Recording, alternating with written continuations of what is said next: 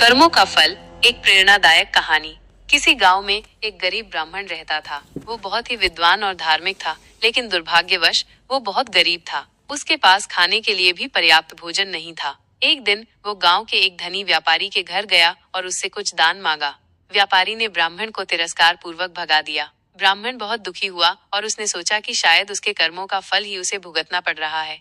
वह जंगल में गया और एक पेड़ के नीचे बैठकर भगवान से प्रार्थना करने लगा। अचानक उसे एक दिव्य आवाज सुनाई दी। आवाज ने कहा, ब्राह्मण, तुम निराश मत हो, तुम्हारे अच्छे कर्मों का फल तुम्हें अवश्य मिलेगा। आवाज ने ब्राह्मण को एक जादुई घड़ा दिया और कहा कि जब भी उसे किसी चीज की आवश्यकता हो, वो इस घड़े से मांग सकता है। ब्राह्मण बहुत प्रसन्न हुआ और उसने भगवान को धन्यवाद दिया।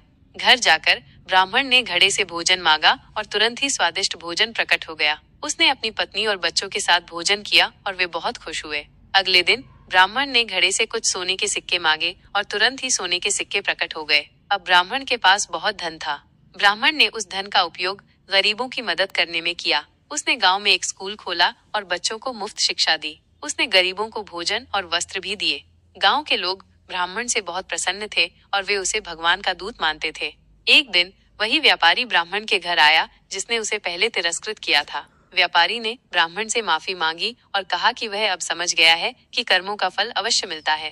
ब्राह्मण ने व्यापारी को माफ कर दिया और उसे भी गरीबों की मदद करने के लिए प्रेरित किया। इस कहानी से हमें ये सीख मिलती है कि हमें कभी भी निराश नहीं होना चाहिए। हमारे अच्छे कर्मों का फल हमें अवश्य मिलता है। हमें हमेशा दूसरों की मदद करनी चाहिए और भगवान पर विश्वास रखना चाहिए।